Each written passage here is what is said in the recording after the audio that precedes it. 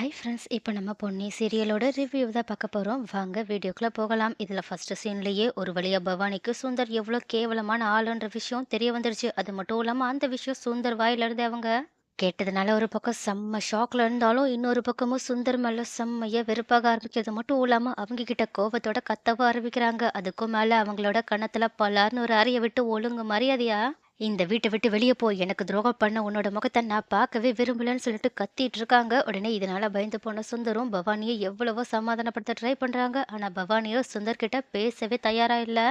ஏன் அதுக்கும் மேல சுந்தர் கிட்ட ரொம்பவே கோவத்தோட கத்திட்டு இருக்காங்க. ஆனா அவங்களோட கத்தல் சவுண்டை கேட்டுட்டு வீட்டுல இருக்கவங்க அத்தனை பேருமே ஏதோ மிகப்பெரிய பிரச்சனைன்றதை புரிஞ்சுக்கிட்டு உடனடியா பவானியோட ரூமுக்கு வந்துட்டு என்னாச்சு ஏதாச்சுன்னு சொல்லிட்டு அவங்க கிட்ட கேட்க, ஆனா இந்த மாதிரி எல்லாருமே வரத பார்த்த சுந்தரும், இந்த பிரச்சனைய நம்ம பவானிக்குள்ளேயே பேசி முடிச்சுக்கணும். குடும்பத்துல யாருக்கும் தெரியக்கூடாது. தெரிஞ்சா கண்டிப்பா தன்னை இந்த வீட்ட விட்டு தொரத்தி அடிச்சிருவாங்கன்னு சொல்லிட்டு புரிஞ்சுக்கிட்டு, அவங்க கிட்ட சமாளிக்கிறதுக்காக அதெல்லாம் ஒண்ணும் இல்ல.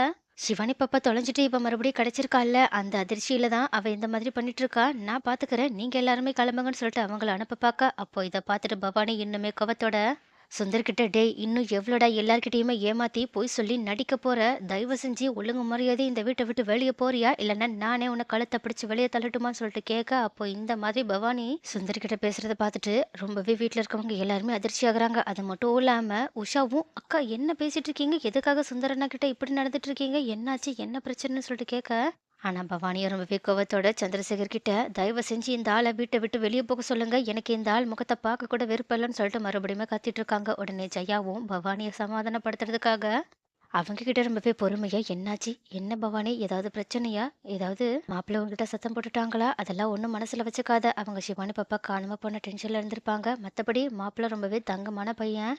இந்த மாதிரி எல்லாம் நீ மாப்பிள்ளைய அவமானப்படுத்துற மாதிரி பேசக்கூடாதுன்னு சொல்லிட்டு அவங்களுக்கு என்ன நடந்துச்சுன்னு சொல்லிட்டு தெரியாததுனால பவானிக்கு என்ன அட்வைஸ் பண்ணணும்னு கூட தெரியாம அவங்க கிட்ட அட்வைஸ் பண்ணிட்டு இருக்கா. ஆனா பவானியும் இன்னுமே அதனால கடுப்பாகிட்டு இருக்காங்க. ஆனா அப்ப கரெக்டா இந்த மாதிரி சத்தத்தை கேட்டுட்டு பொன்னியுமே அங்க சிவானி பாப்பாவோட வந்து நிக்கிறாங்க. அப்ப கரெக்டா இந்த மாதிரி பொன்னி வந்ததை பார்த்த உடனேயே பவானி ரொம்பவே எமோஷனலா பொண்ணுகிட்ட போயிட்டு, தயவு செஞ்சு என்ன மன்னிச்சிரு பொன்னி, நீ சொன்னப்பவே நான் உன்னை நம்பி இருக்கணும், நான் மிகப்பெரிய தப்பு பண்ணிட்டேன்.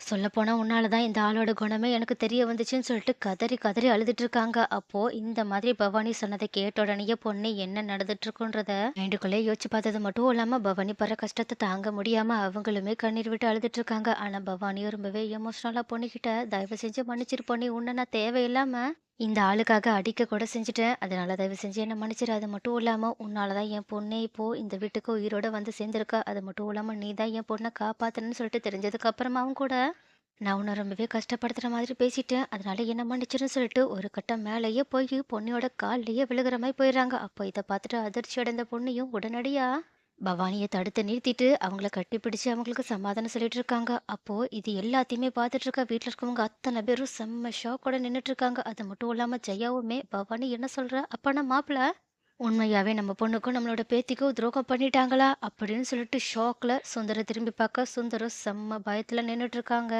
ஆனா அப்ப இது எல்லாத்தையுமே பார்த்துட்டு இருக்க உஷாவும் சுந்தர்கிட்ட, அண்ணா இங்க என்ன நடக்குது, பவானி அக்கா எதுக்காக இப்படி பேசிட்டு இருக்காங்க, என்னன்னா என்ன ஆச்சுன்னு சொல்லிட்டு கேட்க, உடனே சுந்தரம் என்ன சொல்றதுனே தெரியாம தடுமாறி போய் நின்னுட்டு இருக்கா. ஆனா சக்தியோ நடந்ததா அவங்களுமே புரிஞ்சுக்கிட்டு, இப்ப கூட உங்களுக்கு புரியல, மாமா உண்மையாவே என்னோட அக்காக்கு துரோகம் தான் பண்ணியிருக்காங்க, அதை தான் இப்ப என்னோட அக்கா கண்டுபிடிச்சிருக்காங்க, அதனாலதான் அவங்க இந்த மாதிரி எமோஷனலா அழுதுட்டு இருக்காங்கன்னு சொல்லிட்டு ரொம்ப வெக்கவத்தோட சுந்தர்கிட்ட, என்ன நான் சொல்றது சரிதானே மாமா அப்படின்னு சொல்லிட்டு கேட்க, உடனே இதை கேட்டுட்டு சந்திரசேகரும், என்ன மாப்பிள்ள என்ன சொல்லிட்டு இருக்காங்க, உண்மையாவே சக்தி சொன்னதான் நிஜமாவே நடந்துச்சா, தயவு செஞ்சு உங்க வாயில இருந்தே உண்மையை சொல்லிடுங்க, ஏன்னா இது எல்லாத்தையுமே என்னால பார்த்துட்டு அமைதியா இருக்க முடியலன்னு சொல்லிட்டு அவங்க கிட்ட கெஞ்சுற மாதிரி பேச, ஆனா கோவத்துல பவானியோ, ஆமாப்பா சக்தி சொன்னதான் உண்மை, சொல்லப்போனா அதுதான் நடந்துச்சு. அது மட்டும் இல்லாம இதுக்கு முன்னாடி இவங்க ஏதோ நம்மளோட ஆஃபீஸ்ல கையாடல் பண்ணிட்டாங்கன்னு சொல்லி சொன்னால, அதுவும் உண்மைதான். ஏன்னா அதையுமே என் காதால கேட்டேன். ஏன்னா இதுக்கு சக்தி கண்டுபிடிக்கிறதுக்கு முன்னாடியும் சரி, இப்ப வரைக்கும் சரி, இவங்க இந்த மாதிரி திருட்டுத்தனம் நம்மளோட குடும்பத்துல பண்ணிக்கிட்டு தான் இருந்திருக்காங்க. அதுக்கும் மேல எனக்கு இப்போ அவங்க உண்மையாவே துரோகம் தான் பண்ணியிருக்காங்க. இவங்களால ஒரு பொண்ணு கர்ப்பமா தான் இருக்கா. அது மட்டும் இல்லாம சிவானி பாப்பாவ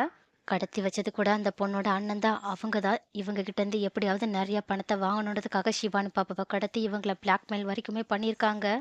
அது மட்டும் இல்லாம ஒருவேளை இவங்க அவங்க கேட்குற பணத்த குடுக்கலன்னா நம்மளோட குடும்ப மானத்தையே வாங்கிடுவோன்னு கூட மிரட்டிக்கிட்டு இருக்காங்கன்னு சொல்லிட்டு, நடந்த எல்லா உண்மையுமே போட்டு உடைக்க, உடனே இத கேட்டுட்டு வீட்ல இருக்கவங்க அத்தன பேருமே ஷாக் ஆக, சக்தியும், சண்முகமும் சுந்தர் மேல செம்மையா கோவப்பட ஆரம்பிக்கிறாங்க. ஆனா இது எல்லாத்தையுமே பார்த்துட்டு இருக்க பிரீத்திய ஒரு பக்கம் சுந்தர் பண்ண விஷயம் எல்லாமே தெரிஞ்சதுனால ஷாக்ல இருந்தாலும், இன்னொரு பக்கமும் பொன்னி சொன்ன மாதிரியே நடந்திருக்கே. ஒருவேள இவங்க எல்லாருமே இந்த விஷயத்துல பொன்னிய ஏத்துக்க ஆரம்பிச்சுருவாங்களோ, இதுக்கப்புறமா பொன்னி இதே வீட்ல இருந்துருவாளோன்னு சொல்லிட்டு அவங்க அவங்களோட பிரச்சனைய பத்தி கவலைப்பட்டுட்டு இருக்காங்க.